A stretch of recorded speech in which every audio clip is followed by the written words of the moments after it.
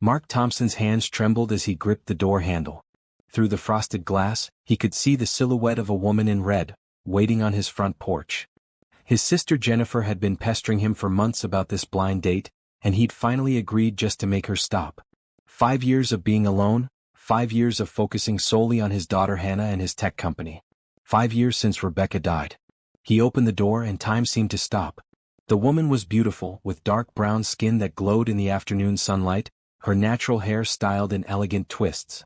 She wore a red dress that seemed too bright for someone who looked as nervous as he felt. But it wasn't her appearance that froze him. It was the look in her eyes when she saw him, a look of recognition mixed with something else. Something like grief and gratitude all tangled together. "Mark Thompson," she said softly, her voice shaking. She didn't ask. She knew. "Yes," he managed to say. "You must be Claire." She nodded and tears filled her eyes. "I need to tell you something before we go any further. I should have told Jennifer to tell you, but I was afraid you'd refuse to meet me. Your wife saved my daughter's life." The world tilted. Mark grabbed the doorframe to steady himself. "What did you say?" 5 years ago my daughter Sophie was dying. She needed a kidney transplant. We'd been on the waiting list for 2 years and I'd given up hope. Then one day we got the call. A match. A miracle. Claire's voice broke. The kidney came from a woman who died suddenly from a brain aneurysm. The hospital couldn't tell me who she was, but I've been searching. I hired investigators. I needed to say thank you. And then Jennifer mentioned she wanted to set me up with her brother, a single dad who lost his wife 5 years ago, and I started asking questions. When she told me about Rebecca, I knew. Mark couldn't breathe. He'd signed the organ donation papers in a fog of grief, barely understanding what he was doing. The hospital had told him that Rebecca's organs would save lives, but they never gave him details. He tried not to think about it, tried not to imagine the recipients. It hurt too much to know that pieces of Rebecca were out there, keeping strangers alive while she was gone. "You should have told me," he said, his voice rough. "You should have." "I know. I'm sorry. But I was afraid you'd say no, and I needed to meet you. I needed to tell you what Rebecca's gift meant to us. My daughter is alive because of your wife. She's 10 years old now, healthy and happy. She plays soccer and loves to read and wants to be a veterinarian when she grows up. None of that would exist without Rebecca." Mark felt tears on his face and didn't bother to wipe them away. "My daughter Hannah is 10 too." Claire smiled through her tears. "I know. Jennifer told me. That's why I thought we might understand each other. We both know what it's like to almost lose everything. He should send her away. This was too much, too complicated. How could he date someone who carried a piece of Rebecca inside her family? But something in Claire's eyes stopped him. Not pity. Not obligation. Just honest hope and the same bone-deep loneliness he saw in his own mirror every morning. "Do you want to come in?" he heard himself ask. Relief washed over her face. "Yes, thank you. I promise I'm not as crazy as this sounds. I just needed you to know the truth from the start." Mark stepped aside and led her into his home. Into his life. Into the story that had been written 5 years ago with Rebecca's final act of kindness. Are you someone who believes in second chances and the power of love to heal even the deepest wounds? If stories about hope, kindness, and family touch your heart, please subscribe and share your thoughts in the comments below. Have you ever experienced a connection that felt like destiny? Tell us your story. Mark led Claire to his living room, a space decorated in warm blues and greens that Rebecca had chosen years ago. He hadn't changed anything. Couldn't bring himself to erase her choices from his home. "Can I get you something to drink?" he asked, falling back on polite hosting because he didn't know what else to do. "Water would be nice. Thank you." He escaped to the kitchen, buying himself a few minutes to think. This was supposed to be a simple blind date. Dinner at a nice restaurant, polite conversation, maybe a second date if things went well. He'd planned to keep it casual, nothing serious. Just testing the waters after 5 years of being alone. Instead, he was standing in his kitchen, hands braced against the counter, trying to process the fact that Rebecca's kidney was keeping Claire's daughter alive. When he returned with 2 glasses of water, Claire was looking at a photograph on the mantel. Rebecca, Mark, and baby Hannah at the beach, all 3 of them laughing at something outside the frame. "She was beautiful," Claire said softly. "She was." Mark handed her the water and sat in the chair across from the couch, needing distance. "Tell me about that day. When you got the call." Claire sat down, holding the glass with both hands like she needed something to anchor herself. Sophie was 7. She'd been born with kidney problems, and by the time she was 5, both kidneys were failing. I'm a single mom and the medical bills were crushing me. I worked as a nurse during the day, cleaned offices at night, and did medical transcription on weekends. We were barely surviving. She took a sip of water, her eyes distant with memory. Sophie was getting sicker. The doctors said she might not make it another year. I prayed for a miracle, but I'd almost stopped believing in them. Then on September 14th, my phone rang at 2 in the morning. The transplant coordinator said they had a kidney. A perfect match. We needed to get to the hospital immediately. Mark's throat tightened. September 14th. The day Rebecca died. I was so focused on Sophie, so grateful and terrified, that I didn't think much about where the kidney came from. Just that someone had died and made the choice to donate. The surgery took 8 hours. When they told me Sophie was stable, that the kidney was working, I collapsed in the hospital chapel and cried for an hour. Rebecca died at 6:47 p.m. on September 13th, Mark said quietly. Brain aneurysm. She was at the grocery store just picking up things for dinner. She collapsed in the produce section. They called me at work and by the time I got to the hospital she was on life support. The doctors said there was no brain activity. She was already gone. Claire's hand covered her mouth. I'm so sorry. The organ donation team came to talk to me. I was sitting there, completely numb, and they were asking me to make decisions about Rebecca's body. I wanted to say no. Wanted to scream at them to leave me alone. But Rebecca had checked the organ donor box on her driver's license, and I knew she'd want me to say yes. She was always helping people, always thinking about others. He stood and walked to the window, looking out at his perfectly manicured lawn. So I signed the papers. They told me her organs would save lives, but they made it clear I'd never know who received them. Anonymous, they said. Better for everyone. I went home that night and had to tell my 5-year-old daughter that her mommy was never coming home. How did Hannah handle it? She didn't understand at first. Kept asking when mommy would be back. It took months before she accepted that Rebecca was really gone. For the first year she barely spoke. Jennifer moved in to help and honestly, I don't know how I would have survived without her. Mark turned back to Claire. I threw myself into work. Started my company, Thompson Technologies, 6 months after Rebecca died. Worked 18-hour days building something that could support Hannah's future. I told myself I was doing it for her, but really I was running from the grief. And now? Claire asked gently. Now the company is worth $2 billion, Hannah is doing well in school and I've been alone for 5 years. Jennifer says I'm using work as an excuse not to live. She's probably right. He managed a small smile. That's why I agreed to this date. I figured it was time to at least try. I understand running from grief, Claire said.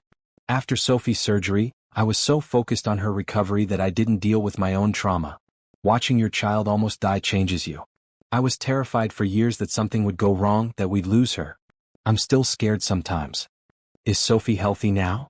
Claire's face lit up, and Mark saw her beauty amplified by the love for her daughter. She's wonderful. The kidney has been perfect.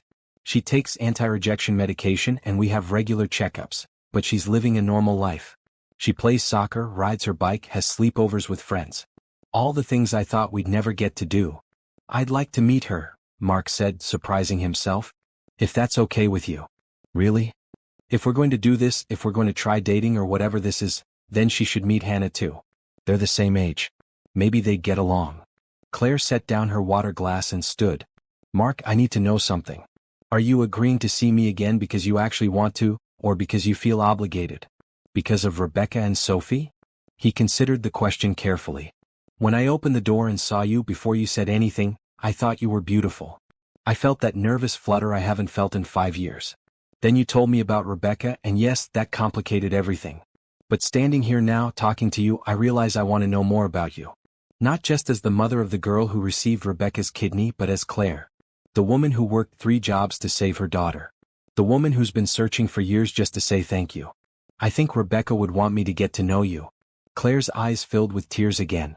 That's the kindest thing anyone has said to me in a long time. So maybe we start over? Try this again without the shock. She laughed softly. I'd like that. But I'm glad I told you the truth up front. I couldn't have kept that secret. A door upstairs opened and footsteps thundered down the stairs.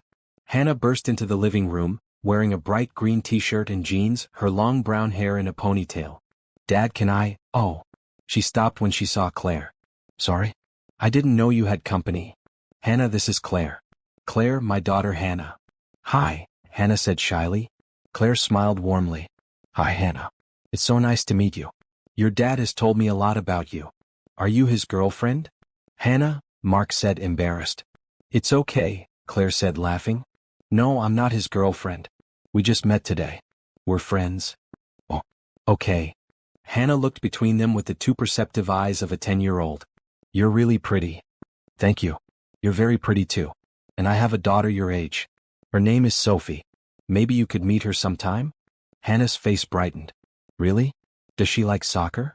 She loves soccer. Cool. I'm on a traveling team. We have practice tomorrow. Mark watched his daughter chat easily with Claire, something loosening in his chest. Maybe this could work. Maybe Rebecca had given them more than just a second chance at life. Maybe she'd given them a chance at happiness too. The afternoon sun slanted through the living room windows as Mark made coffee for himself and Claire. Hannah had retreated upstairs after extracting a promise that she could meet Sophie soon, leaving the adults to continue their conversation. She's lovely, Claire said when Mark returned with 2 steaming mugs. You've done a wonderful job raising her. I've tried. Jennifer helped a lot, especially in the beginning. I was a mess that first year. He sat on the couch this time, close enough to talk comfortably but still maintaining a respectful distance. Tell me more about Sophie. What's she like? Claire's whole demeanor changed when she talked about her daughter. The worry lines around her eyes softened, and her smile became genuine and wide. She's brave. Braver than I ever was at her age. When she was sick, she never complained, never asked why this was happening to her. She'd comfort me when I was crying, tell me everything would be okay. That must have been hard, watching her stay strong for you. It was the worst thing I've ever experienced. Worse than her father leaving when she was 2, worse than working myself to exhaustion, worse than anything. I felt so helpless. I would have given her one of my kidneys, but I wasn't a match. Neither was anyone else in our family. We were running out of time. Claire wrapped her hands around her coffee mug. The night before we got the call, I lay in bed and tried to prepare myself for losing her. The doctors had started talking about making her comfortable, about end-of-life care. I was planning my daughter's funeral at age 7. Then 12 hours later we were in surgery prep and I was being told she had a chance. I can't imagine what that was like. The thing is, I was so focused on being grateful that I didn't let myself think about the other side of the miracle. Someone had died. A family somewhere was grieving while I was celebrating. I felt guilty about that for a long time. Mark set down his coffee cup. Rebecca wouldn't want you to feel guilty. She chose to be an organ donor because she believed in helping people. If she could know that her death saved a little girl's life, she'd be glad. You really think so? I know so. Rebecca was a teacher. 3rd grade. She loved kids, wanted to help all of them. When we found out she was pregnant with Hannah, she was over the moon. She talked to her belly every night, telling the baby about the world, about all the adventures they'd have together. His voice caught. She only got 10 years with Hannah. It's not enough, but I'm grateful for the time they had. What happened that day? If you don't mind me asking. She was shopping for dinner. We were supposed to have pasta. Hannah's favorite. Rebecca texted me a picture of a ridiculous amount of garlic bread she was buying, joking that we'd smell like garlic for a week. That was at 5:45. By 6 o'clock, I got the call from the hospital. Mark stood and walked to the mantel, picking up a small blue vase. This was in her purse when she collapsed. She'd bought it at a little shop next to the grocery store. It was supposed to be a surprise for our anniversary the next week. I found it when they gave me her things. Claire came to stand beside him. She had good taste. It's beautiful. Everything about her was beautiful.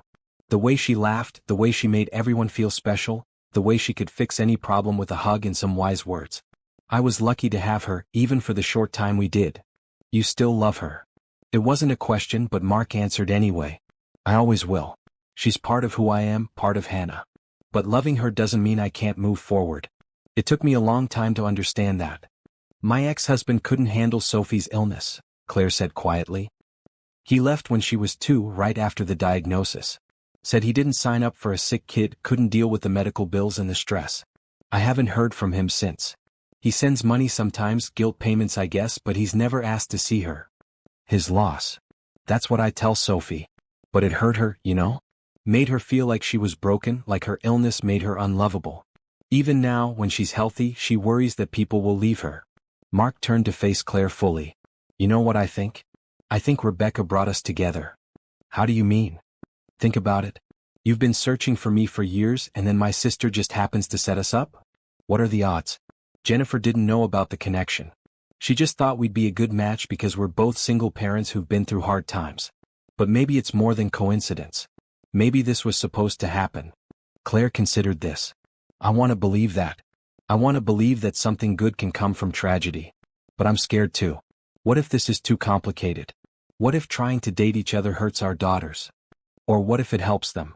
What if seeing us happy and moving forward shows them that it's okay to heal, okay to love again even after loss? Before Claire could respond, the front door burst open and Jennifer Thompson swept in, her arms full of grocery bags. She was in her mid-30s with short brown hair and Mark's same blue eyes.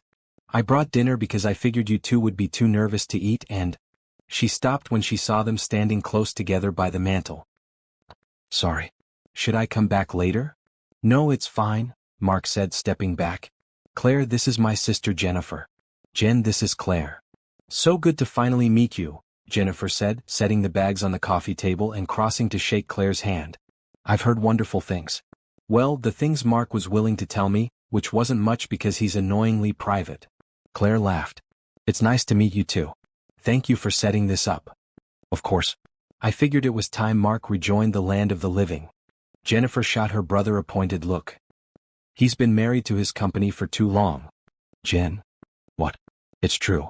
Thompson Technologies is very successful, but it's a terrible conversationalist and it doesn't laugh at your jokes. You're embarrassing me in front of our guest. Good. You need to be embarrassed more often. Keeps you humble. Jennifer turned to Claire with a conspiratorial grin. Has he done the brooding thing yet where he stares out the window and talks about responsibility? Oh my God, Jen, stop. Claire was laughing now, really laughing, and Mark realized he liked the sound. Maybe a little bit of brooding. But it was charming. That's generous of you. Most people find it pretentious. Jennifer started unpacking the grocery bags. I brought stuff for pasta. Hannah mentioned it's her favorite. I figured I'd make dinner for everyone, including Hannah, and you two could keep getting to know each other. Unless I'm overstepping? I can leave if you want privacy. Mark looked at Claire, raising his eyebrows in question. She nodded. That sounds lovely actually. I'd like to stay for dinner if that's okay. More than okay, Mark said. But I should warn you, Jennifer's idea of making pasta involves at least 7 pots and enough garlic to ward off vampires for a year. Hey, you love my cooking. I do. But I also need a gas mask to survive it. They fell into easy banter and Mark felt something he hadn't felt in years. Comfortable. Normal. Like maybe, just maybe, he could do this. Could let someone new into his life without betraying Rebecca's memory. An hour later, they were all seated around Mark's dining table. Hannah and Jennifer on one side, Mark and Claire on the other. The pasta was perfect, heavy with garlic just as Rebecca used to make it. Mark caught Jennifer's eye and she winked at him, letting him know she'd made it that way on purpose. So Claire, Jennifer said, twirling pasta on her fork. Mark mentioned you're a nurse? I worked in pediatric oncology for 10 years. But after Sophie got sick, I couldn't go back. It was too hard, seeing other sick children every day. I do medical transcription from home now. It's not as fulfilling, but it lets me be there for Sophie. That must have been a difficult decision. It was. I loved nursing, loved helping kids and their families. But I had to put my own family first. Claire glanced at Mark. That's actually something I've been thinking about lately. Now that Sophie is stable and older, maybe I could go back to nursing. Part-time at least. You should, Mark said. If it's what you love, you should do it. The medical transcription pays well enough, but it's not the same as doing what you're passionate about, Jennifer finished. I get that. I work in Mark's company doing HR and honestly, I'm bored out of my mind. But the pay is great and the hours are flexible, so I stay. What would you rather be doing? Claire asked. Jennifer's face lit up. Teaching. Like Rebecca did. I have my degree in education, but I've never used it. Keep telling myself I will eventually, but eventually never comes. You should do it, Mark said, echoing his words to Claire. Life's too short to spend it doing something that doesn't make you happy. Says the man who works 70 hours a week at a job he created to avoid dealing with his feelings. Ouch. Truth hurts, big brother. Hannah had been quiet, pushing pasta around her plate. Can I ask a question? Of course, sweetheart, Mark said. Does Sophie really play soccer? Or did you just say that to make me like you? Claire smiled gently. She really plays soccer. She's on a team called the Lightning Bolts. She plays forward. I play midfield. My team is the Blue Sharks. We're pretty good. We won our division last year. That's impressive. Sophie would love to meet someone who plays soccer too. Most of her friends don't play sports. Hannah bit her lip, then seemed to make a decision. Is your daughter the one who got my mom's kidney? The table went silent. Jennifer's fork clattered against her plate. Mark opened his mouth to intervene, but Claire held up a gentle hand. Yes, Claire said simply. She is. Is that okay with you? Hannah thought about this seriously. I think so. I mean, Mom always said we should help people. And if her kidney saved Sophie's life, then that's a good thing, right? It's a very good thing. Your mom was a hero. I know. Everyone says that. But sometimes I wish she was just my mom and not a hero. Heroes don't get to come home. Claire reached across the table and took Hannah's hand. You're absolutely right. And I'm sorry that you lost your mom. Sophie and I were grateful for what she gave us, but we know that gift came from your loss. That's not fair and it's not okay. You're allowed to be angry about it. I'm not angry. Just sad sometimes. That's okay too. Being sad means you loved her. And love doesn't go away just because someone dies. Mark felt his throat tighten with emotion. Claire understood, truly understood what his family had been through. She wasn't trying to replace Rebecca or make Hannah forget her. She was honoring their grief while offering something new. Thank you, Hannah said softly, for taking care of her kidney. For making it count. Thank you for sharing your mom with us. We'll take good care of her gift. I promise. Hannah nodded and went back to her pasta, the heavy moment passing. Jennifer caught Mark's eye again and mouthed, "She's perfect." Mark had to agree. After dinner, while Jennifer and Hannah cleared the table, Mark walked Claire to her car. The sun was setting, painting the sky in shades of pink and orange. That was intense, Claire said. I wasn't expecting Hannah to ask about Sophie so directly. She's direct like her mother. Rebecca never beat around the bush. Mark leaned against Claire's car. But I'm glad she asked. Better to get it out in the open. She's a special kid. You're doing a great job with her. I'm trying. Some days are harder than others. He took a breath. So, what do you think? After everything that came out today, do you want to see me again? Or is this too weird? Claire turned to face him, and in the fading light, she looked almost ethereal. I think this is the least weird thing that's happened to me in 5 years. Yes, I want to see you again. I want our daughters to meet. I want to see where this goes. Even knowing it's complicated? Especially knowing it's complicated. Easy things aren't usually worth having. Mark smiled, feeling lighter than he had in years. Can I call you tomorrow? Maybe we can set up a playdate for the girls? I'd like that. Claire pulled out her phone. Let me give you my number. They exchanged numbers and Mark felt like a teenager again, nervous and excited and full of possibility. Thank you for taking a chance on this, Claire said. On us. Thank you for finding me. For being brave enough to show up today. She reached out and squeezed his hand briefly before getting into her car. Mark watched her drive away, then turned to see Hannah and Jennifer watching from the living room window. Hannah gave him a thumbs up and he laughed. Maybe Rebecca had brought them together. Maybe it was just coincidence. Either way, Mark was grateful. For the first time in 5 years, he was looking forward to tomorrow.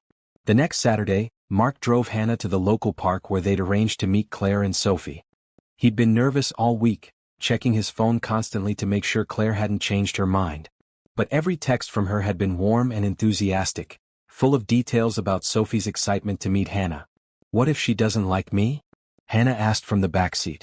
She was wearing her favorite bright blue soccer jersey and had insisted on bringing her ball. She'll like you. Claire says Sophie's been talking about meeting you all week. But what if it's weird? Because of the kidney thing? Mark glanced at his daughter in the rearview mirror. It might be a little weird at first, but you'll get past it. Both of you lost something big, but maybe you can help each other. How? By being friends. By showing each other that it's okay to be happy again. Hannah thought about this as Mark pulled into the parking lot. Claire's car was already there, a 10-year-old sedan that had seen better days. Mark made a mental note of the worn tires and dented bumper. Claire had mentioned financial struggles and he could see evidence of them. As they got out of the car, Claire and Sophie approached from the playground. Sophie was small for 10, with light brown skin and dark curly hair pulled back in a ponytail. She wore a bright green t-shirt and shorts, and there was something careful about the way she moved, like she was still getting used to being healthy. Hi, Sophie said shyly when they met in the middle of the parking lot. Hi, Hannah replied equally shy. The two girls studied each other while Mark and Claire watched. Then Sophie noticed the soccer ball under Hannah's arm. You brought a ball. Yeah. Wanna play? Really? Sure. Unless you don't want to. Sophie's face broke into a huge smile. I want to. I love soccer. Just like that, the ice was broken. The girls took off toward the soccer field, leaving the adults to follow at a more sedate pace. That was easier than I expected, Claire said. Kids are resilient. They don't overthink things like we do. Mark gestured toward a bench where they could sit and watch the girls play. How was your week? Busy. I picked up extra transcription work to save up for Sophie's next checkup. The appointments are expensive even with insurance. She hesitated. I didn't mean to bring that up. I don't want you to think I'm here because of money. I don't think that. Mark watched Sophie chase the ball, her movements becoming more confident with every step. But I want to talk to you about something. Don't say no right away, just hear me out. Claire tensed slightly. Okay. Your daughter is alive because of Rebecca. Because my wife made the choice to be an organ donor, Sophie got a second chance at life. That's a gift I can never repay, but I want to honor it. I want to make sure Sophie has the best medical care possible, without you having to work yourself to death to afford it. Mark. Let me finish. Thompson Technologies is extremely successful. I have more money than I could spend in 3 lifetimes. I want to set up a medical fund for Sophie. Cover her checkups, her medications, anything she needs. Not because I pity you or because I'm trying to buy your affection, but because it's the right thing to do. I can't accept that. Why not? Because it's too much. Because I barely know you. Because I need to take care of my own daughter. Mark turned to face her. You've been taking care of her. You worked 3 jobs, went without sleep, sacrificed everything for her. But accepting help isn't weakness, Claire. It's wisdom. Rebecca gave Sophie a kidney. Let me make sure that gift keeps giving. Claire's eyes filled with tears. You make it sound so simple. It is simple. Someone I loved helped your daughter. Now I want to continue that help. Not as charity but as a way of honoring Rebecca's choice. Please, let me do this. What if things don't work out between us? What if we try dating and it falls apart? Then the fun still exists. This isn't contingent on you dating me, Claire. This is about Sophie. About making sure she has every chance at a full, healthy life. Claire wiped her eyes and looked out at the field where their daughters were laughing and playing together. Sophie had just scored a goal and was doing a silly victory dance that made Hannah crack up. I've spent 5 years trying to do everything alone, Claire said softly. After Sophie's father left, I promised myself I'd never depend on anyone again. That I'd be strong enough to handle whatever came. But watching Sophie now, seeing her run and play without getting tired, seeing her smile like that, I realized that maybe being strong means knowing when to accept help. So you'll let me set up the fund? She nodded slowly. Yes. But on one condition. What's that? You let me figure out a way to contribute. Maybe not financially but in some way. I need to feel like I'm giving something back, not just taking. Mark thought about this. Deal. We'll figure it out together. They shook hands and Mark felt the rightness of the decision settle over him. This was what Rebecca would have wanted. This was how he could honor her memory while moving forward with his own life. Thank you, Claire said. You have no idea what this means. I've been terrified about what would happen if Sophie needed a major medical procedure. If the kidney failed or if something went wrong. I had nightmares about having to choose between her health and keeping a roof over our heads. You don't have to worry about that anymore. I'll have my lawyers draw up the paperwork this week. It'll be an irrevocable trust for Sophie's medical care, managed by a financial advisor, so you know it's secure no matter what happens.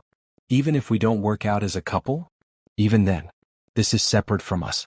This is about honoring Rebecca's legacy and making sure Sophie has every chance at a healthy future. Claire was crying openly now, and Mark put his arm around her shoulders in a comforting gesture. She leaned into him and for a moment they just sat there watching their daughters play. You know what I think? Claire said eventually. I think Rebecca must have been an amazing person. Because she raised an amazing man and made a choice that changed my life. I wish I could have met her. She would have liked you. She always admired strong women who fought for their kids. Tell me more about her. I want to know the person behind the gift. So Mark did. He told Claire about Rebecca's love of old movies and terrible puns. About how she could never pass a bookstore without going in. About her habit of singing in the shower and making up lyrics when she forgot the real words. About the way she'd snort when she laughed really hard, which always made Hannah laugh too. Claire listened, really listened, and asked questions that showed she wasn't just being polite. She genuinely wanted to know about Rebecca, to understand the woman whose gift had saved her daughter. She sounds wonderful, Claire said when Mark finally ran out of stories. And I'm so sorry you lost her. No one should have to go through that. What about you? Tell me about Sophie's father. What happened there? Claire's expression hardened slightly. His name is Todd Mitchell. We met in college, got married too young, had Sophie when we were 23. When she got sick he couldn't handle it. Stopped coming to doctor's appointments, worked late every night to avoid being home. One day I came home from the hospital and he was gone. Left a note saying he couldn't do it anymore, that he needed to find himself. I'm sorry. That must have been devastating. It was. Not just for me but for Sophie. She was only 2 but she knew something was wrong. She'd ask for Daddy and I wouldn't know what to tell her. Claire's voice was bitter. He sends money sometimes, enough to cover child support, but he's never called. Never sent a birthday card. He's missing out on knowing this incredible little girl because he was too weak to stand by her when things got hard. His loss is my gain, Mark said gently. If he hadn't left, you wouldn't be here with me now. That's a generous way of looking at it. It's the truth. I don't believe everything happens for a reason, but I do believe we can find meaning in the things that happen to us. Maybe Todd leaving was awful, but it led you here. To this moment. To Sophie playing soccer with Hannah and looking happier than you've ever seen her. Claire followed his gaze to where the girls were now sitting in the grass, talking animatedly about something. You're right. I spent so long being angry at him that I forgot to be grateful for what I have. Sophie and I were a team. We don't need anyone else. But maybe wanting someone else isn't the same as needing them, Mark suggested. Maybe it's okay to want companionship and partnership and someone to share your life with. Is that what you want? With me? Mark considered the question carefully. I think so. I'm not rushing into anything and I know we barely know each other. But I like you, Claire. I like the way you love your daughter. I like the way you're not afraid to be honest even when it's hard. I like the way you make me think about things differently. I like you too. More than I expected to. She smiled. Jennifer was right to set us up. She's got good instincts. Don't tell her that. Her ego is big enough already. They sat in comfortable silence for a while, watching their daughters. Sophie was showing Hannah something on her phone and both girls were giggling. Can I ask you something? Claire said. About the kidney. Does it bother you that Sophie has a piece of Rebecca? Mark thought about this honestly. At first when you told me it felt strange. Like Rebecca was somehow still alive in a way I didn't expect. But now, sitting here watching Sophie run and laugh and be healthy. No, it doesn't bother me. It makes me glad. Rebecca's death wasn't meaningless. She saved a life. That matters. It matters more than you know. Every day Sophie is alive is because of Rebecca. Every soccer game, every A on a test, every time she hugs me and says she loves me, all of that exists because of your wife's gift. Then we'll make sure she has every opportunity to live that life fully. That's what Rebecca would want. Claire squeezed his hand. Thank you. For understanding. For being so generous. For giving me hope that maybe good things can still happen. Good things are happening right now, Mark said, nodding toward where Hannah had just kicked the ball and Sophie was chasing it, both girls shrieking with laughter. They spent another hour at the park, eventually joining the girls for an impromptu soccer game. Mark and Claire versus Hannah and Sophie. The girls won easily, partly because they were better players and partly because the adults let them, but mostly because everyone was laughing too hard to play seriously. As the sun started to set and they walked back to their cars, Sophie ran up to her mom. Can Hannah come over to our house sometime? Please? Claire glanced at Mark. If it's okay with her dad. Can I, Dad? Please? Sure. How about next weekend? The girls cheered and high-fived each other. As they said goodbye, Sophie did something unexpected. She hugged Hannah tightly, then looked up at Mark with serious eyes. Thank you for sharing your daughter with me. She's really nice. Mark felt his throat tighten. Thank you for sharing yours with us too. On the drive home, Hannah was unusually quiet. Finally she spoke up. Dad? I'm glad Mom's kidney went to Sophie. Yeah. Why's that? Because Sophie's cool. And because Mom would have liked her. She would have wanted to help her. I think you're right, sweetheart. Do you like Claire? Mark smiled. I do. Do you? Yeah. She's nice. She doesn't try too hard, you know? Like some of Aunt Jennifer's other friends you've met. Claire just lets you be yourself. That's a good quality in a person. Are you going to date her? Maybe. Would that be okay with you? Hannah was quiet for a moment. I think so. As long as you don't forget Mom. Never. I could never forget your mother. She's a part of both of us forever. But loving Mom doesn't mean I can't care about someone else too. You understand that, right? I think so. It's like how I'll always love Mom, but I also love Aunt Jennifer and my teacher and my friends. Love doesn't run out. Exactly. Love doesn't run out. As they pulled into their driveway, Mark felt a sense of peace he hadn't experienced in years. The road ahead was still uncertain, but for the first time he wasn't walking it alone. And somehow he knew Rebecca would approve. 3 weeks later, Mark stood on the dock of his lake house, watching Hannah and Sophie splash in the shallow water. Claire sat beside him in a bright red swimsuit cover-up, her feet dangling in the water. "This place is beautiful," she said, looking out at the calm lake surrounded by pine trees. "How long have you had it?" "I bought it 2 years ago. Thought it would be good for Hannah to have somewhere peaceful to go on weekends. We don't come as often as we should. I'm always working." "You need to work less." Mark laughed. "Jennifer says the same thing. But Thompson Technologies doesn't run itself. Don't you have people for that? Vice presidents, managers, all those corporate types." "I do. And they're excellent at what they do. But I built this company from the ground up. It's hard to let go." Claire turned to look at him. "Or maybe you're afraid to let go because then you'd have to actually live your life instead of hiding in work." He should have been annoyed by her directness, but instead he found it refreshing. "You sound like my therapist." "You have a therapist?" "I went for about a year after Rebecca died. Jennifer insisted. To help, I think. Gave me tools to manage the grief, to be there for Hannah even when I was falling apart inside." "What made you stop going?" Mark shrugged. "I thought I was better. Thought I'd worked through everything. But maybe I just got really good at functioning while still being broken." "We're all a little broken," Claire said gently. "The trick is finding people whose broken pieces fit with ours."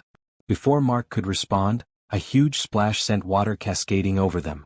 Hannah and Sophie emerged from the lake, laughing hysterically.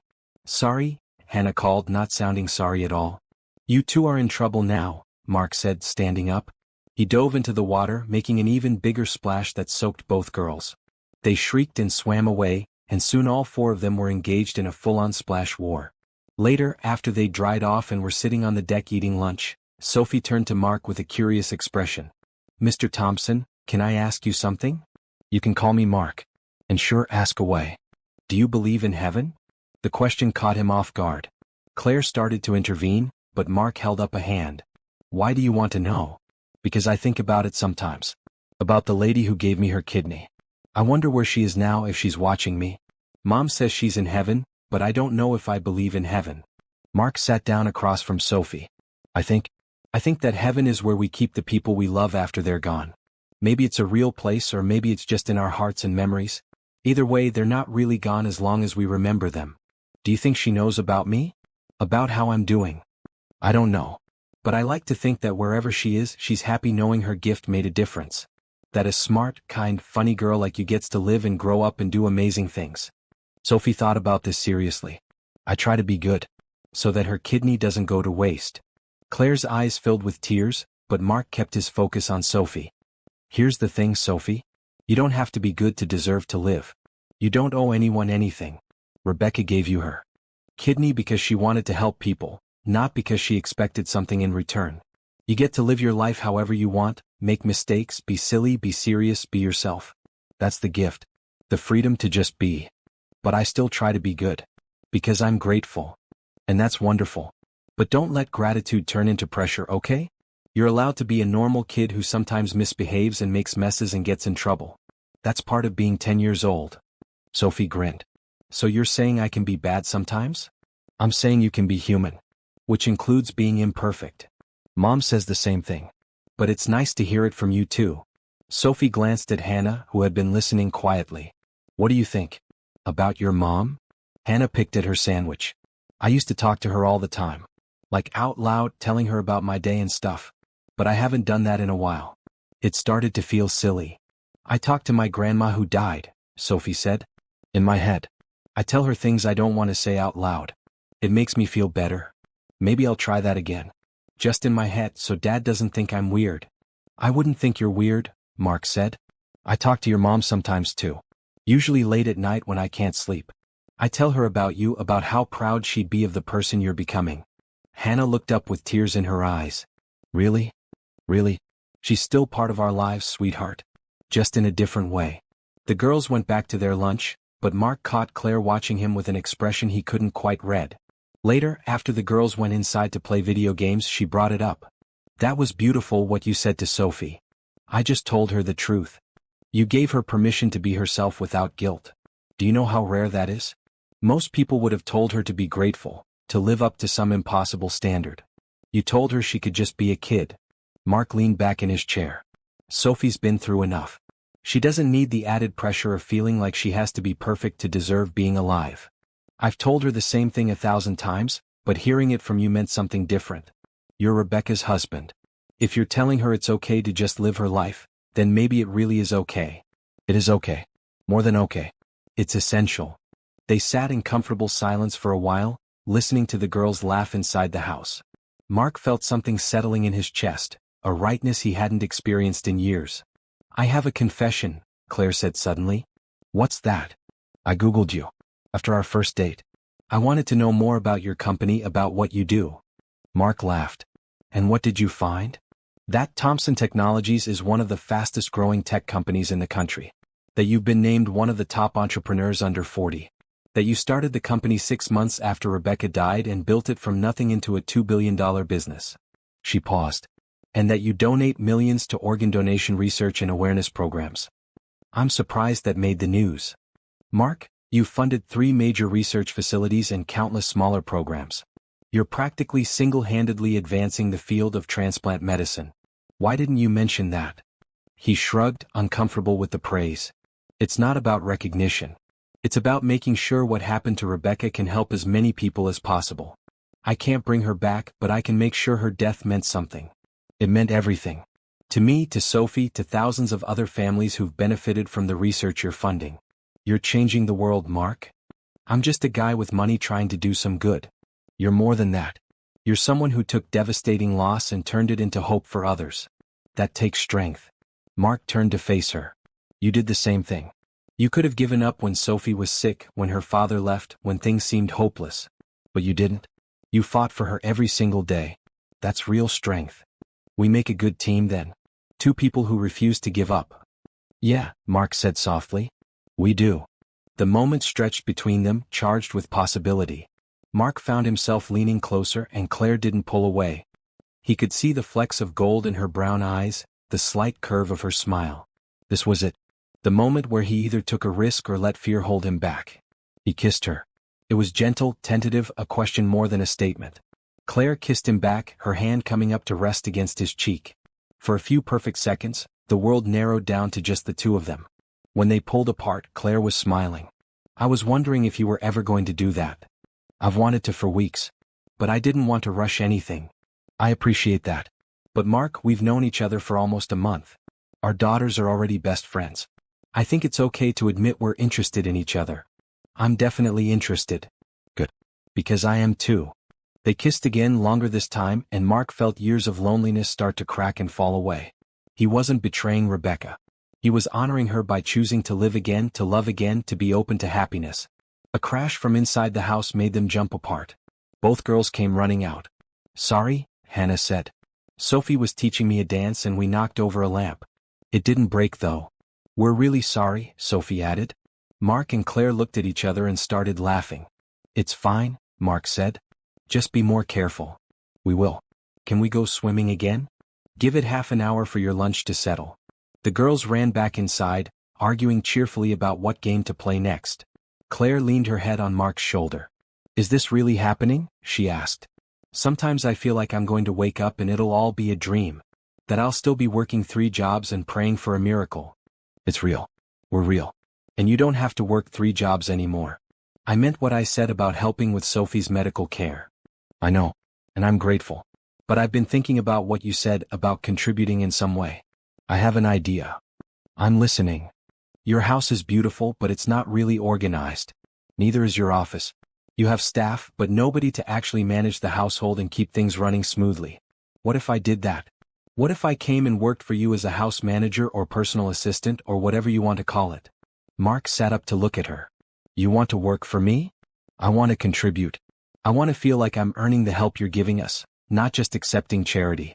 And honestly, I'm good at organizing and managing things. I had to be juggling 3 jobs and a sick child. Let me put those skills to use. Claire, you don't have to. I know I don't have to. I want to.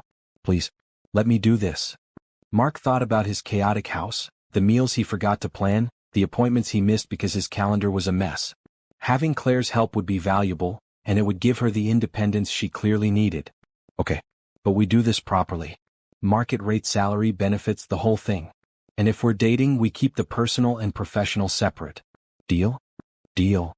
They shook hands, then laughed at the formality of it. Mark pulled her back into his arms and they sat there on the dock, watching the sun sparkle on the water, while their daughter's laughter echoed from inside the house. For the first time in 5 years, Mark felt like he was building something new. Not replacing what he'd lost, but creating something different and equally precious. A blended family held together by tragedy, but growing stronger through love and hope. Rebecca would approve. He was sure of it. 2 months into their relationship, Mark received a call that made his stomach drop. Rebecca's parents were coming to visit. They want to see Hannah, he told Claire as they sat in his home office. She'd been working for him for 3 weeks now, and the difference was remarkable. His house ran smoothly, his schedule made sense, and he actually ate regular meals. That's good, isn't it? Hannah should have a relationship with her grandparents. It would be good if they weren't. Mark struggled to find the right words. They've never accepted that Rebecca is gone. Every time they visit, they act like the house should be a shrine to her. They get upset if I've moved anything or changed anything. Last time, they saw that I'd repainted the bedroom and didn't speak to me for 3 months. What did Rebecca think about them? She loved them, but she also knew they were controlling. They didn't approve of our marriage at first because I didn't come from money. Took them years to accept me. After she died, they blamed me. Claire's eyes widened. For what? She had an aneurysm. That's not anyone's fault. They said if I'd taken her to the doctor more often, maybe it would have been caught. If I'd noticed something was wrong, I could have saved her. They needed someone to blame, and I was the easiest target. That's not fair. No, but grief makes people irrational. I understood that, so I let them say what they needed to say. But now, he gestured at Claire. Now they're going to see you here and they're going to lose their minds. Maybe we should keep it professional while they're visiting. I'm your house manager, nothing more. Mark shook his head. I'm not hiding you. I'm not hiding us. If they can't accept that I'm moving forward with my life, that's their problem. But Mark, they just lost their daughter. Seeing you with someone new might be really hard for them. It's been 5 years. At some point, they have to accept reality. Claire came around the desk and took his hands. Let me meet them. Let me show them that I'm not trying to replace Rebecca. That I respect her memory and I'm grateful for what she gave Sophie. Maybe if they understand the connection, they'll be more accepting. Or they'll see it as even worse. Like I'm dating someone who benefited from their daughter's death. We won't know until we try. When are they coming? This weekend. Saturday morning. Then we have a few days to prepare. Let's tell Hannah first, make sure she's okay with this. And maybe we should tell them about Sophie and the kidney right away so they understand. Mark pulled Claire into his arms. How did I get so lucky to find you? Rebecca brought us together, remember? Maybe she knew her parents would need to see that her gift continues to bring good things into the world. Saturday morning arrived too quickly. Mark stood in the kitchen, watching out the window as a black Mercedes pulled into the driveway. His in-laws, James and Patricia Wilson, stepped out. They were both in their mid-60s, impeccably dressed, and wearing expressions of stern disapproval. They look friendly, Jennifer muttered. She'd come over for moral support, along with Claire and Sophie. Hannah was upstairs getting ready. Be nice, Mark said. I'm always nice. They're the ones who need the attitude adjustment. Mark opened the door before they could knock. James. Patricia. Good to see you. Mark, James said formally, shaking his hand. Patricia offered her cheek for a kiss, which Mark dutifully provided. Come in. I have some people I'd like you to meet. As they entered the living room, Mark saw Patricia's eyes scanning for changes. He'd moved some furniture and added new curtains, and he could see her mentally cataloging every difference. This is Jennifer, my sister. You remember her? Of course, Patricia said coolly. She'd never liked Jennifer, who was too outspoken for her taste. And this is Claire Mitchell and her daughter Sophie. Claire works for me as a house manager and we're also dating. The temperature in the room dropped about 20 degrees. Patricia's lips pressed into a thin line, and James's face went red. Dating? Patricia repeated. How nice. And how long has this been going on? About 2 months. But we've known each other for 3 whole months. My goodness. And you're already having her work in my daughter's house. It's my house, Mark said quietly. And I'd appreciate it if you'd give Claire a chance before judging her. Sophie, bless her, chose that moment to speak up. Mrs. Wilson? I wanted to thank you. Your daughter saved my life. Patricia turned to look at the little girl, confusion replacing her anger. I'm sorry, what? Your daughter Rebecca. She was an organ donor. I received her kidney 5 years ago when I was sick. I wouldn't be here without her gift. The silence was deafening. Patricia sat down heavily on the couch and James moved to stand behind her, his hands on her shoulders. You're the one who received Rebecca's kidney? James asked. Yes, sir. I was 7 years old and dying. The doctor said I maybe had a few months left. Then my mom got the call that there was a match. Rebecca's kidney saved my life. Patricia was crying now, tears running down her carefully made-up face. She's alive. Part of our daughter is alive in you. Yes, ma'am. And I'm so grateful. I think about her every day. I try to live a good life to make her proud. Mom says that's the best way to honor her gift. Claire knelt down beside Patricia. Mrs. Wilson, I know this is a shock. I know seeing Mark with someone new must be incredibly painful. But please understand that I'm not trying to replace your daughter. No one could. Rebecca was extraordinary and her gift gave me my child back. I'll never stop being grateful for that. Patricia reached out and took Claire's hand. You're not using Mark for his money? You genuinely care about him? I do. More than I expected to. He's a good man and he's been a wonderful father to Hannah. I think Rebecca would be proud of the man he became after losing her. She would, Patricia admitted. Rebecca always said Mark was the best man she'd ever known. She loved him so much. She looked up at her husband. She'd want him to be happy, wouldn't she? She'd want him to find love again. James nodded slowly. She would. Our daughter had a big heart. She'd be glad that her death saved this little girl, and she'd want Mark to move on with his life. Mark felt a weight lift from his shoulders. Thank you. Both of you. Your blessing means everything. Hannah came downstairs then, and the tension broke as Patricia rushed to embrace her granddaughter. They spent the afternoon together and Mark watched as his in-laws slowly warmed to Claire. Sophie charmed them with stories about her soccer team and her dreams of becoming a veterinarian. Claire won them over with her genuine warmth and obvious respect for Rebecca's memory. By the time James and Patricia left that evening, Patricia pulled Mark aside. I'm sorry, she said. For blaming you, for holding on too tight, for not accepting that you need to move forward. Rebecca loved you and she'd want you to be happy. If Claire makes you happy, then I'm glad you found her. Thank you. That means more than you know. Just promise me you'll never forget Rebecca. That you'll keep her memory alive for Hannah. I could never forget her. She's part of everything good in my life.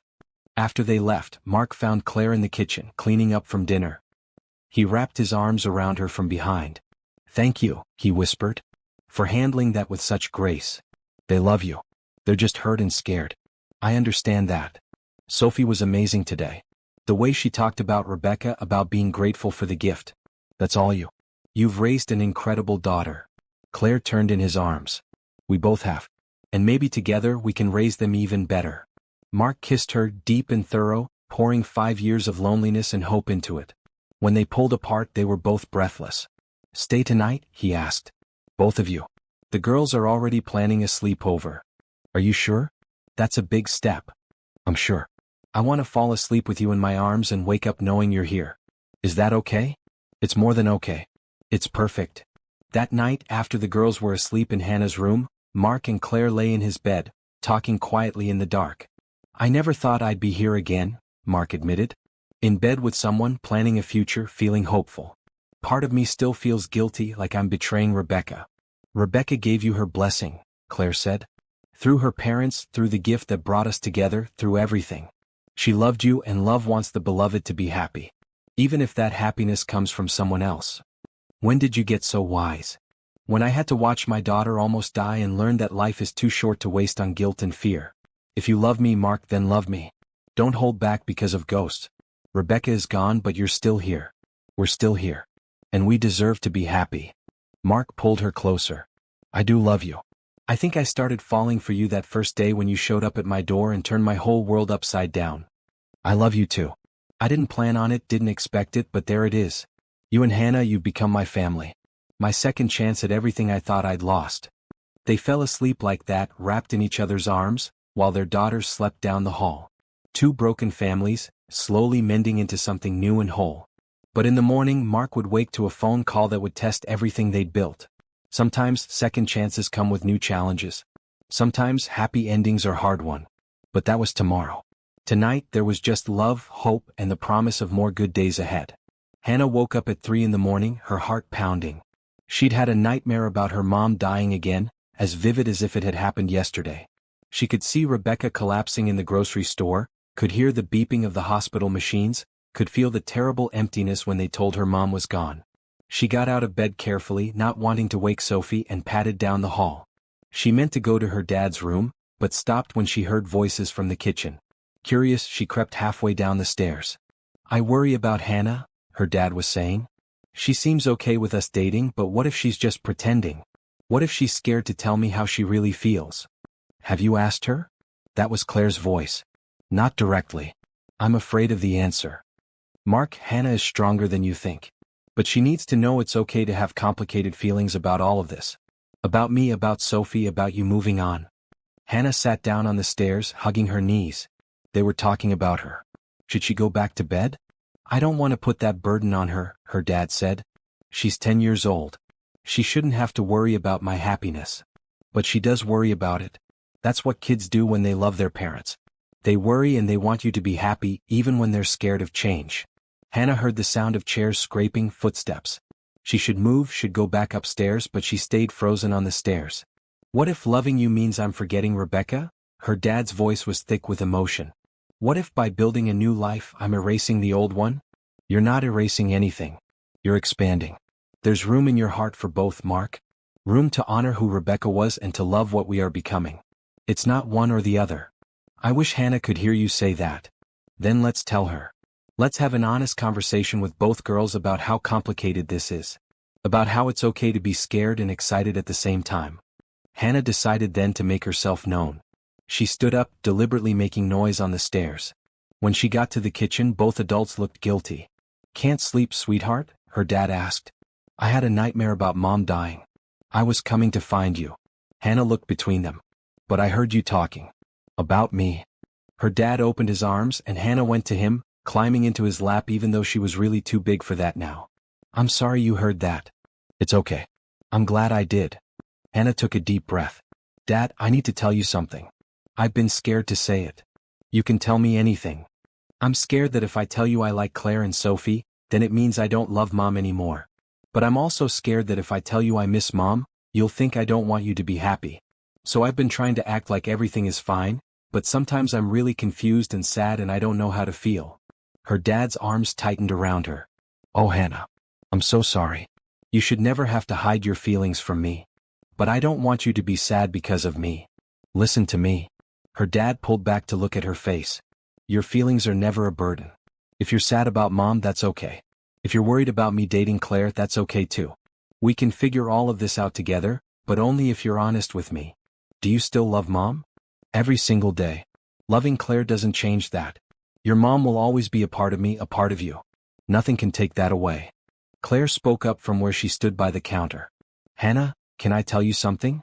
"About Sophie?" Hannah nodded. "Sophie has been scared too. She's scared that if she gets too attached to you and your dad, something bad will happen. She's scared that her health will get worse and she'll lose everything again. She's been having nightmares too about being in the hospital, about being sick." "Really?" "She never said anything. Because she's trying to be brave. Just like you. But maybe you two could help each other by being honest instead of brave." Hannah thought about this. "Sophie's my best friend. I don't want her to be scared." "Then tell her that. Tell her how you feel and let her tell you how she feels. Sometimes the best thing friends can do is be real with each other." A small voice from the doorway made them all turn. Sophie stood there in her bright green pajamas, looking small and uncertain. "I heard talking," she said. "Is everything okay?" Hannah slipped off her dad's lap and went to Sophie. "I had a nightmare.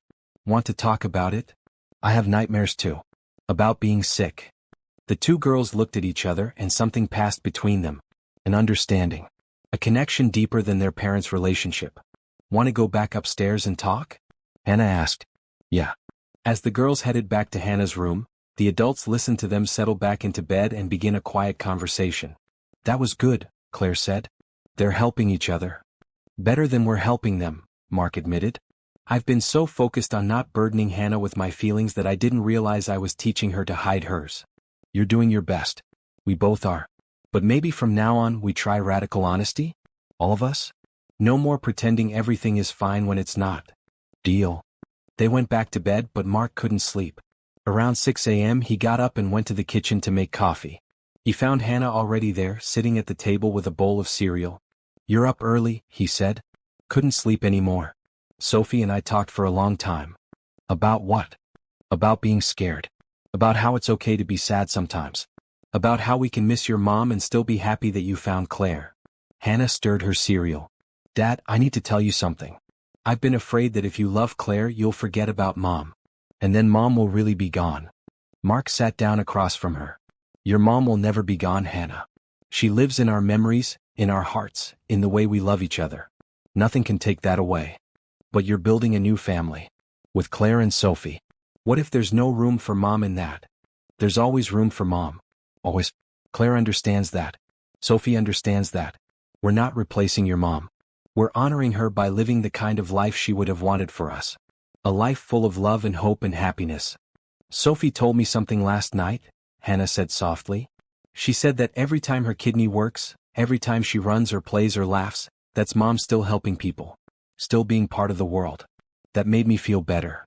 Sophie's a smart girl. Dad, I want you to marry Claire. Mark nearly dropped his coffee cup. What? I want you to marry her. I want Sophie to be my sister. I want us to be a real family. Hannah's eyes filled with tears. Is that bad? Is it wrong to want that? It's not wrong at all, sweetheart. It's the most beautiful thing I've ever heard. But it feels like I'm betraying Mom. Like I'm saying she's not important anymore. Mark came around the table and knelt beside Hannah's chair. Your mom loved you more than anything in the world. She would want you to be happy, to have a sister, to have a full life. Wanting those things doesn't mean you love her less. It means you're living the way she taught you to live, with an open heart and lots of love. Do you think she knows? About Claire and Sophie? About how we're all together now? I think she knows. And I think she's happy about it. Hannah hugged her dad tightly. Then I'm happy about it too. Later that morning, the four of them sat down together at the breakfast table. Mark had made pancakes, Claire had made fruit salad, and the girls had set the table with bright blue placemats. We need to have a family meeting, Mark announced. Are we in trouble? Sophie asked. No, nothing like that. We just need to talk about some important things. He looked at Claire, who nodded encouragement. Hannah and I have been talking and she brought up something important. We've all been trying so hard not to hurt each other that we've been hiding our real feelings. That needs to stop. Starting now, Claire added, we're going to be completely honest with each other. Something bothers you, say it. If you're scared or sad or confused, say it. We're a family now and families work through things together. But what if our feelings hurt someone? Sophie asked. Then we deal with it together, Mark said. But keeping feelings inside hurts worse in the long run. Trust me on that. Hannah took a deep breath. I'll start. Sometimes I feel guilty for being happy because it feels like I'm forgetting my mom. But I don't want to forget her, and I also don't want to be sad forever. It's really confusing. Thank you for sharing that, Mark said. Who wants to go next? Sophie raised her hand like she was in school. I'm scared that if my kidney stops working, everyone will leave me again. Like my dad did. I know it's not logical, but I can't help feeling that way. Claire reached over and squeezed her daughter's hand. Thank you for telling us, baby. What does everyone think about what Sophie and Hannah shared? Mark spoke up. Hannah, feeling happy doesn't mean you're forgetting your mom. It means you're living, which is exactly what she'd want. And Sophie, if anything ever goes wrong with your health, we're all here for you. No one is going anywhere. That's what families do. They stick together through the hard stuff. My turn, Claire said. Sometimes I feel like I don't belong here. Like I'm an intruder in a life that was perfect before I came along. I worry that Mark's family and friends think I'm taking advantage of him, or that I'm not good enough for him. Mark took her hand. You belong here. You and Sophie both. You're not intruding, you're becoming part of us. And anyone who doesn't see how amazing you are doesn't deserve to be in our lives. I think Claire belongs here too, Hannah said. She makes Dad smile more. And she's really nice to me. Plus, Sophie is the best friend I've ever had, and I wouldn't have met her if Claire hadn't come. Sophie nodded enthusiastically. Yeah. And Mark is way nicer than my real dad. He actually cares about me and asks about my day and helps me with homework. I wish he was my real dad. The table went quiet. Sophie looked scared, like she'd said something wrong. I'm sorry, she whispered. I didn't mean. Don't apologize, Mark said gently. I'm honored that you feel that way. And Sophie, I care about you very much. You're important to me not because of Rebecca's kidney but because you're you. You're smart and kind and brave, and I'm lucky to have you in my life. Really? Really? And if Claire and I ever get married, you and Hannah would be sisters. Would you like that? Both girls lit up like Christmas trees. Yes, they said in unison, then looked at each other and burst into giggles. Is that a proposal? Claire asked, her eyes sparkling. Not yet, Mark said. But it's a promise. When I do propose, it'll be special. And both girls will be part of it because they're part of us. The rest of breakfast was lighter, filled with laughter and easy conversation. But the weight of their honest discussion lingered in a good way. They'd cleared the air, acknowledged their fears, and committed to facing them together. Later, while the girls played in the backyard, Claire and Mark stood at the kitchen window watching them. That was intense, Claire said. But necessary. We can't build a future on hidden feelings and unspoken fears. Sophie's never called anyone dad before. Todd never wanted that relationship with her. He's an idiot. Sophie is incredible. So is Hannah. You've raised her well, Mark. She's wise beyond her years. She's had to grow up too fast. Losing Rebecca forced her to mature in ways a kid shouldn't have to. But she's also resilient. They both are. Look at them out there, laughing and playing like normal kids. That's the goal, right? To let them be normal despite everything they've been through? That's exactly the goal. Mark pulled Claire into his arms and they stood there watching their daughters play, planning a future that once seemed impossible. Two broken families healing together. Two hearts learning to love again. And two children showing them the way forward with their honest, beautiful hope. Mark stood in the boardroom of Thomson Technologies, trying to focus on the presentation about projected third-quarter earnings. But his mind kept drifting to Claire and the girls at home. After 3 months of dating, he discovered something unsettling. He was happy. Genuinely, completely happy in a way he hadn't been since before Rebecca died. Mark? What do you think about expanding into the European market? His business partner, Thomas Green, was looking at him expectantly. What? Sorry, I was thinking about something else. Thomas smiled knowingly. Or someone else. This is the third meeting where you've completely zoned out. I'm starting to think the great Mark Thompson might actually have a life outside of work. Is it that obvious? You're whistling in the hallways and you've left the office before 8 p.m. every night this week. Yes, it's that obvious. And it's great to see. After the meeting, Mark called Claire. How would you and Sophie like to go to dinner tonight? Somewhere nice. I'll have Jennifer stay with Hannah. Is this a special occasion? Claire asked. Does it have to be? No, but you sound like you're planning something. Maybe I am. 7 o'clock. We'll be ready. Mark spent the afternoon working on a new project that he'd been keeping secret. 2 weeks ago he'd gotten an idea, and now it was almost ready to implement. He just needed to run it by Claire first. That evening he picked up Claire and Sophie in his car. Claire wore a beautiful maroon dress that made her skin glow, and Sophie had on a bright red dress that matched her excitement. Where are we going? Sophie asked from the back seat. It's a surprise. Instead of heading to a restaurant, Mark drove to his office building. Claire gave him a questioning look, but didn't say anything until they pulled into the parking garage. Mark?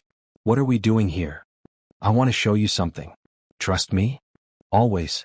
He led them into the building, using his key card to access the executive floor. But instead of going to his office, he took them down a different hallway to a conference room he'd had specially converted. Close your eyes, he told them. Both of you. When they were both ready, he opened the door and flipped on the lights. Okay, open. Claire gasped. The entire room had been transformed into a medical research library and resource center. One wall was lined with books about organ donation, transplant medicine, and recovery. Another wall had a comfortable seating area with a couch and chairs. But the centerpiece was a beautiful display about organ donors and recipients, with space for photos and stories. What is this? Claire whispered. It's the Rebecca Thompson Organ Donation Resource Center. I'm turning this entire floor into a non-profit dedicated to organ donation education and support. Resources for families, support groups for donors and recipients, research funding, everything. He turned to Claire. And I want you to run it. Me? You. You have the medical background, you've lived through both sides of the transplant experience, and you care deeply about helping people. This could be your nursing again, just in a different form. Claire walked slowly around the room, touching the books, examining the displays. Sophie found a kids section with coloring books about being healthy and brave. This is incredible, Claire said. But Mark, I don't have any experience running a nonprofit. So we'll hire people who do. You'll be the director, the face of the organization. The person who really understands what families are going through. Why are you doing this? Because Rebecca's death should mean something. Because Sophie and thousands of other kids deserve better support. Because you deserve to do work that matters. He took her hands. And because I want to build something with you. Not just a relationship but a legacy. Something good that comes from all the pain we've been through. Claire was crying now, tears streaming down her face. This is the most amazing thing anyone's ever done for me. Say yes. Say you'll do it. Yes. Of course yes. Sophie ran over and hugged both of them. Does this mean Mom gets to help people again? Like she always wanted? Exactly like that, Mark said. Your mom gets to use her nursing skills to help families going through what you went through. And we get to honor Rebecca's memory by making sure other people have the support they need. They spent an hour exploring the space, planning what they'd do with it. Mark had already hired contractors to expand the area, add private consultation rooms, a library and offices for staff. Claire's mind spun with possibilities. We could have support groups for parents, she said excitedly. And something for the kids too, so they don't feel alone. And maybe partnerships with hospitals to provide resources right when families need them most. Whatever you think is best. This is your project. I'm just funding it. We're funding it, Claire corrected. We're partners in this. On the drive home, Sophie fell asleep in the back seat, exhausted from excitement. Claire took Mark's hand. You keep surprising me, she said. Every time I think I know how wonderful you are, you do something even more incredible. I'm just trying to build a life worth living. With you. Mark, I need to tell you something. About Todd. Your ex-husband? He called today. For the first time in 8 years he actually called. Said he heard that Sophie was healthy now and wanted to see her. Mark's hands tightened on the steering wheel. What did you say? I told him no. That he gave up his right to be her father when he walked away. That he doesn't get to come back now that the hard part is over. She looked out the window. He got angry. Said he'd take me to court, fight for custody. He won't win. Not after abandoning her for 8 years. I know. But it scared me. The thought of him disrupting Sophie's life now, when she's finally happy and stable. We won't let that happen. I'll get you the best lawyers, and if he tries anything, we'll fight him together. Thank you. I knew I could count on you. When they got back to Mark's house, Jennifer met them at the door with a worried expression. We need to talk, she said. Hannah's fine, she's asleep. But something happened. They put Sophie to bed in Hannah's room, then gathered in Mark's study. Jennifer looked uncharacteristically serious. Todd Mitchell showed up here tonight, she said. Mark's blood ran cold. What? About an hour after you left. He demanded to see Sophie, said he was her father and had rights. I told him Sophie wasn't here and that he needed to leave. He got aggressive, started yelling about how you'd stolen his family. Did he threaten you? Mark asked. Not directly.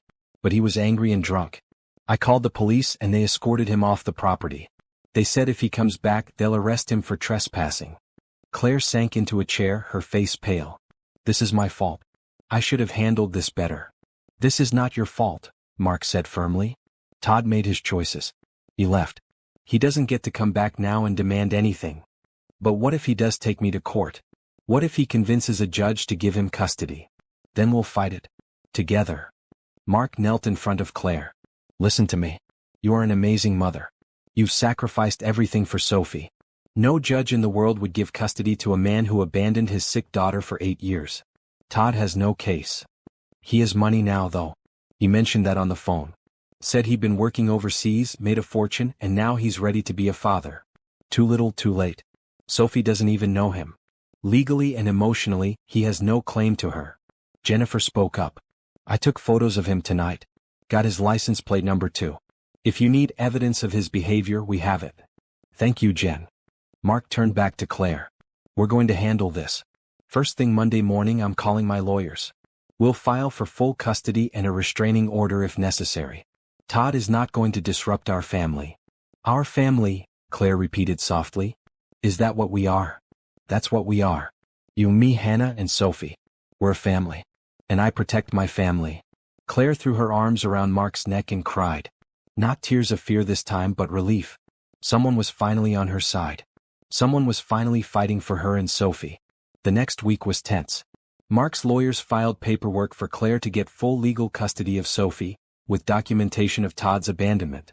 Todd responded with his own lawyers, demanding visitation rights and claiming he'd been prevented from seeing his daughter.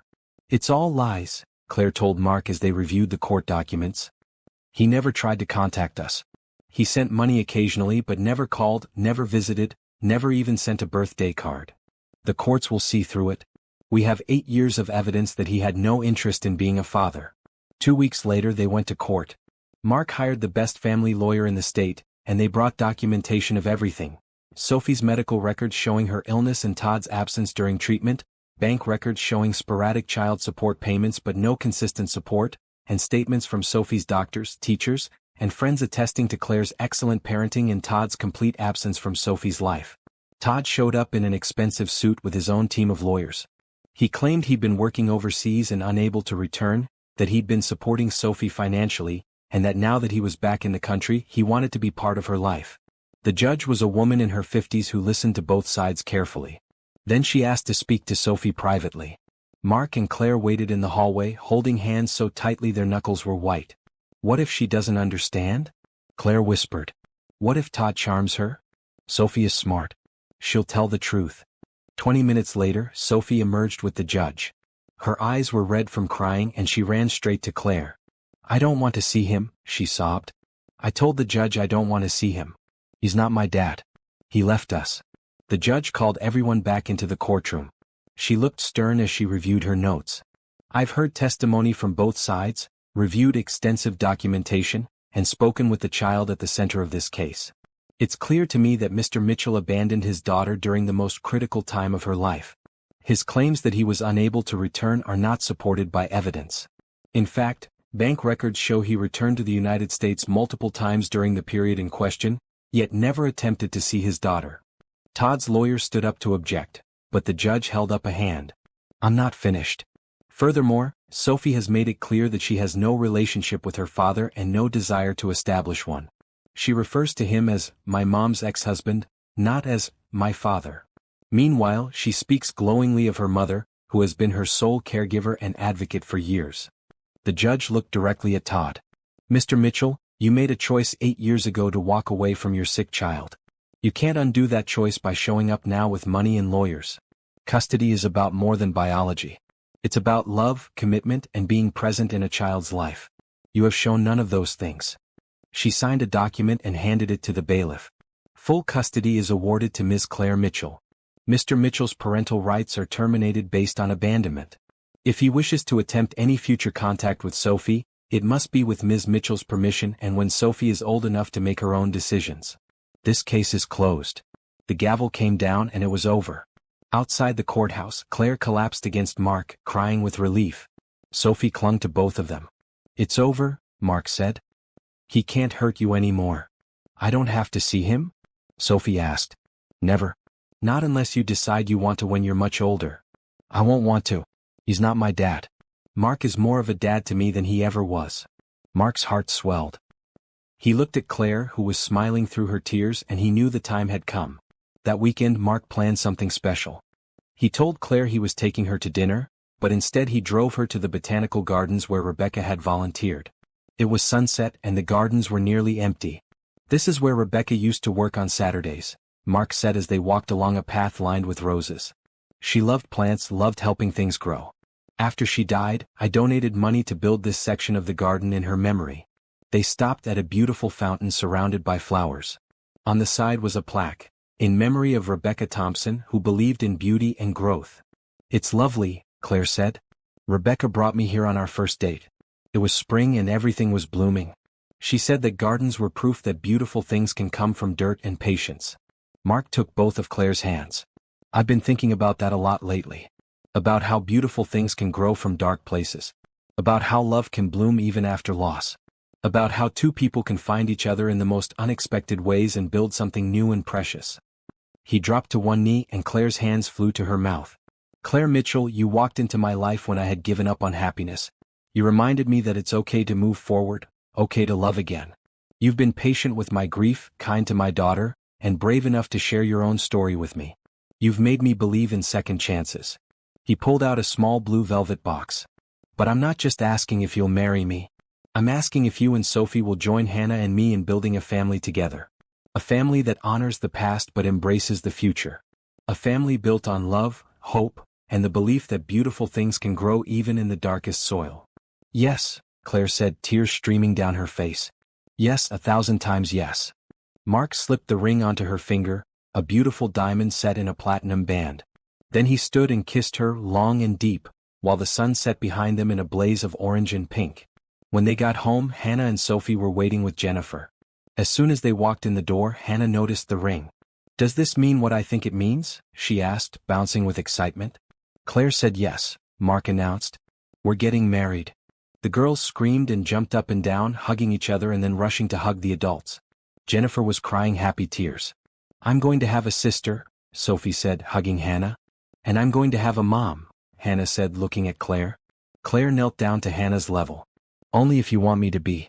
I'm not trying to replace your mom, sweetheart. No one could ever do that. But I'd be honored if you'd let me be your stepmom. Let me love you and take care of you and be part of your life. Hannah hugged her tightly. I want that. And I think my mom would want that too. She'd be happy that Dad found someone who makes him smile again. Mark watched his daughter embrace his fiancée, and he felt Rebecca's presence like a warm breeze.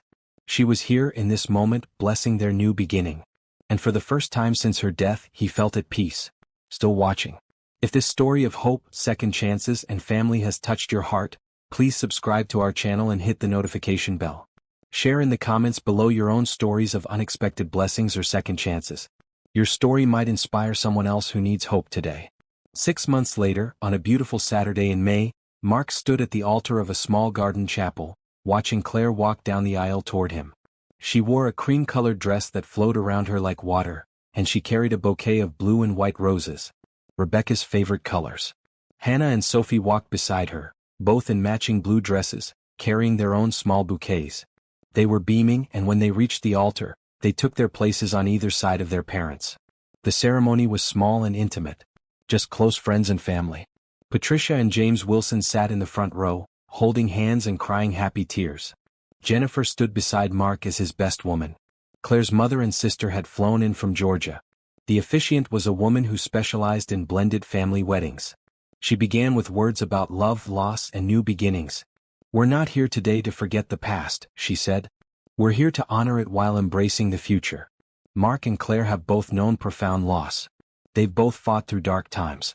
And they've both discovered that love can bloom again, even in the most unexpected ways. Mark couldn't take his eyes off Claire.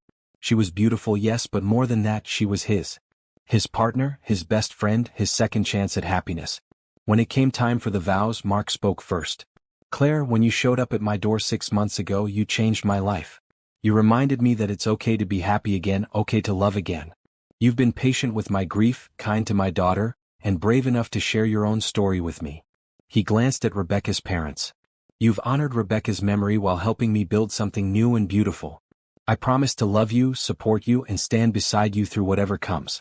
I promise to be a good father to Sophie and a good husband to you. I promise to keep my heart open even when it's scary. Claire wiped her eyes and took a shaky breath before speaking. Mark, I never expected to find love like this. After Todd left, I built walls around my heart. I told myself, Sophie, and I didn't need anyone else. But you broke through those walls with your kindness, your strength, and your incredible capacity to love. You've given Sophie a father when she needed one most. You've given me a partner when I'd given up hope. I promise to honor Rebecca's memory and teach our daughters about the incredible woman she was. I promise to love you, support you, and remind you to leave the office before 8 p.m. Everyone laughed and Mark grinned. I promise to build a life with you that's full of love, laughter, and hope. Thank you for choosing us. Then came the part Mark had been most nervous about. The officiant asked Hannah and Sophie to step forward. Hannah and Sophie, she said, you two are just as much a part of this marriage as your parents. Do you promise to support them, to be sisters to each other, and to help build a family based on love and respect?" "We do," both girls said in unison, then giggled. Mark pulled out 2 smaller boxes from his pocket. He'd had special necklaces made for both girls, delicate chains with pendants. Hannah's had a blue stone for Rebecca's favorite color. Sophie's had a green stone to represent growth and new life. "Hannah," Mark said, fastening the necklace around his daughter's neck, "your mom will always be a part of our family. This necklace is to remind you that she's with us always." "Sophie," Claire said, fastening the other necklace, "you're not just gaining a stepdad today. You're gaining a family that will always love you and stand by you. This necklace represents the new life we're all building together." Both girls were crying now, happy tears that matched the ones running down Claire's face. The officiant pronounced them married, and Mark kissed Claire while their daughters cheered. In that moment, surrounded by people they loved in a garden full of flowers, Mark felt complete in a way he hadn't since Rebecca died. The reception was held at Mark's lake house.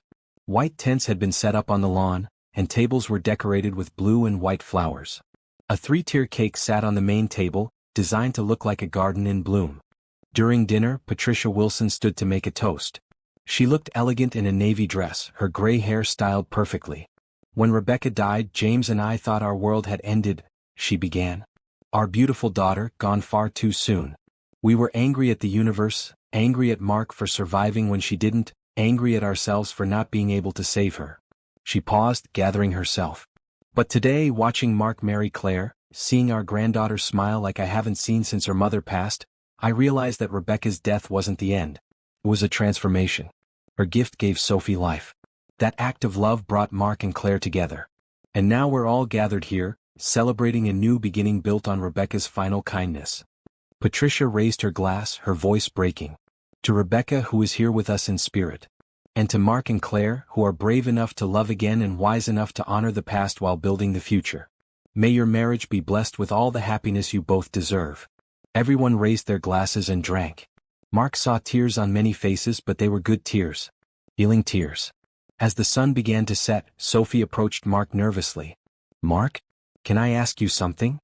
"Of course, sweetheart. Now that you're married to my mom, does that mean you're my dad? Like officially?" Mark's heart swelled. "If you want me to be, I'd be honored. I'd like that. But what should I call you?" "I've been calling you Mark, but that doesn't seem right anymore. You can call me whatever feels right to you. Mark, Dad, Stepdad, whatever makes you comfortable." Sophie thought about this seriously. "I think I want to call you Dad. If that's okay." "It's more than okay. It would make me really happy."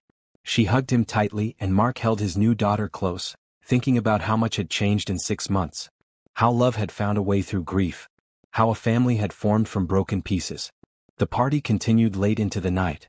Hannah and Sophie ran around with other children playing tag under the stars. Mark and Claire danced their first dance as husband and wife to a slow song about new beginnings. "Happy?" Mark asked, holding Claire close. "Happier than I ever thought I could be again." "You." "Same. Although I keep waiting for something to go wrong. It feels too good to be true. Nothing is going to go wrong. We've already survived the worst things that could happen to us. Now we get to enjoy the good stuff. But life has a way of testing us when we least expect it." 2 months after the wedding, on a beautiful July afternoon, Mark came home early from work to find Sophie sitting alone in the living room, looking pale and shaky. "Sophie? Are you okay?" he asked, setting down his briefcase. "I don't feel good. I've been dizzy all day." Mark felt his heart stop. "Where's your mom?" "She went to pick up Hannah from soccer practice. They'll be back soon." "Okay. Let me get you some water. Have you eaten today?" "Not much. Nothing sounds good." Warning bells were ringing in Mark's head, but he tried to stay calm. "Let's call Dr. Martinez just to be safe." Dr. Martinez was Sophie's transplant doctor, and she took Mark's call immediately. After asking Sophie a series of questions, she said, "Bring her in. It's probably nothing, but with transplant patients, we don't take chances." Mark called Claire, trying to keep his voice steady. "Sophie's not feeling well. Dr. Martinez wants to see her. Can you meet us at the hospital?" There was a pause, then, "Is it the kidney? Oh God, is it the kidney? We don't know yet. Just meet us there, okay?"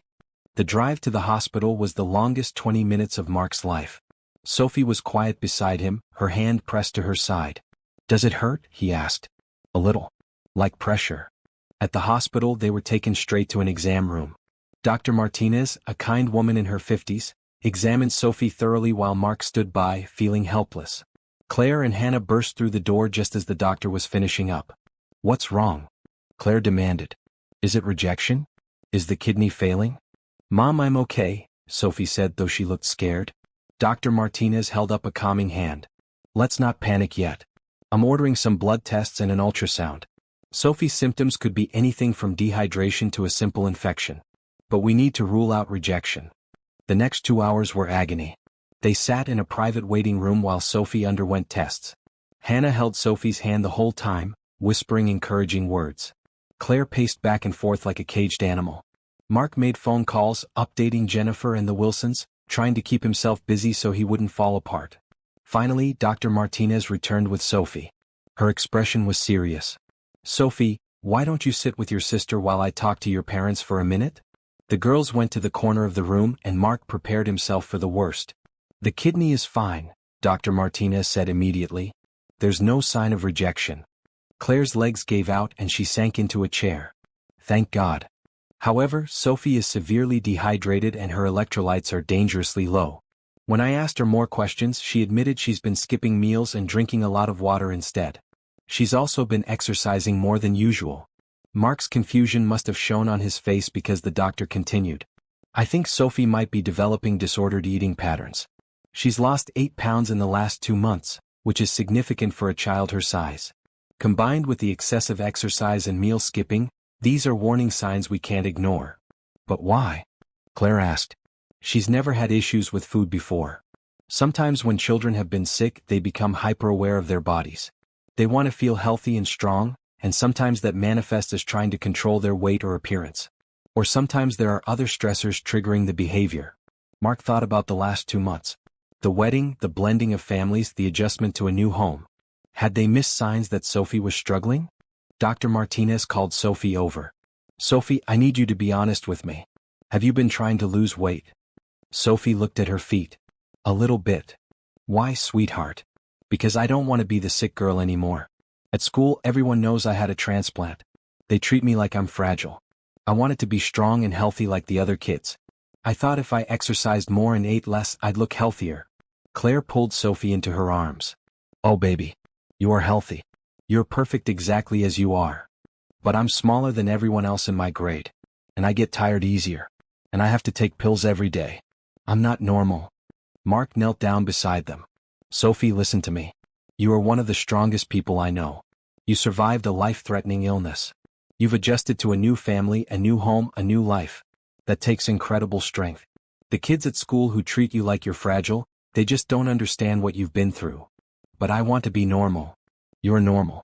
Normal comes in lots of different shapes and sizes and abilities. Your body kept you alive through something that would have killed most people. That's not weakness, Sophie. That's strength." Dr. Martinez added, "Sophie, your body needs fuel to keep that kidney healthy. When you skip meals, you're actually making yourself weaker, not stronger. And the dizziness you felt today?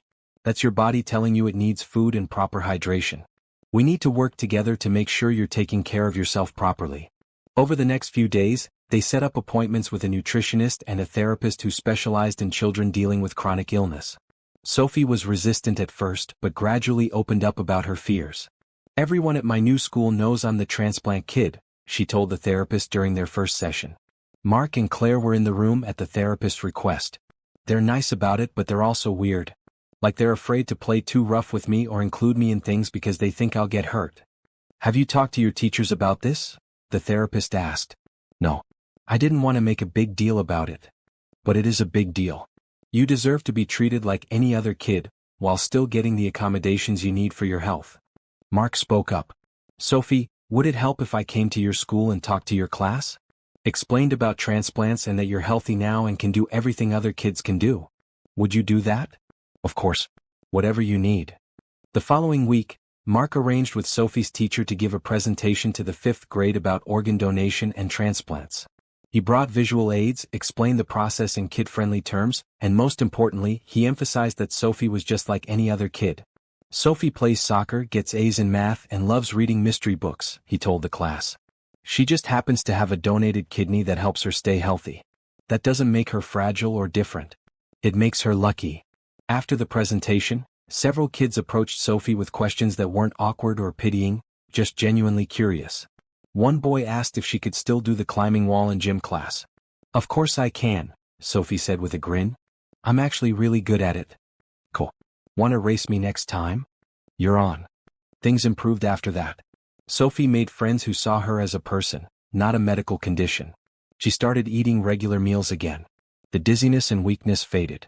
But then, 3 weeks later at Hannah and Sophie's joint birthday party at the lake house, something happened that no one expected. The party was in full swing. Both girls had invited their entire classes, and the lawn was full of children running around, playing games and eating cake. Mark was manning the grill making hot dogs and hamburgers. Claire was organizing a relay race. Sophie had just finished racing and was laughing with friends when suddenly, her face went pale and she crumpled to the ground. Claire screamed. Mark dropped the spatula and ran. Within seconds, both parents were at Sophie's side. "Sophie? Sophie, can you hear me?" Claire patted her daughter's face. Sophie's eyes fluttered open. "What happened?" "You fainted, sweetheart. Don't try to sit up yet." One of the parents was a nurse and came over to help. She checked Sophie's pulse and breathing. Her vitals seemed stable. "But we should call an ambulance just to be safe." "No," Sophie said weakly. "I'm okay. I just got dizzy for a second." "Sophie, you need to be checked out," Mark said firmly. "This is serious." The ambulance arrived within 10 minutes. Sophie was loaded onto a stretcher and Claire climbed in with her. Mark stayed behind to explain to the parents what happened and arrange for Jennifer to watch Hannah and the other children.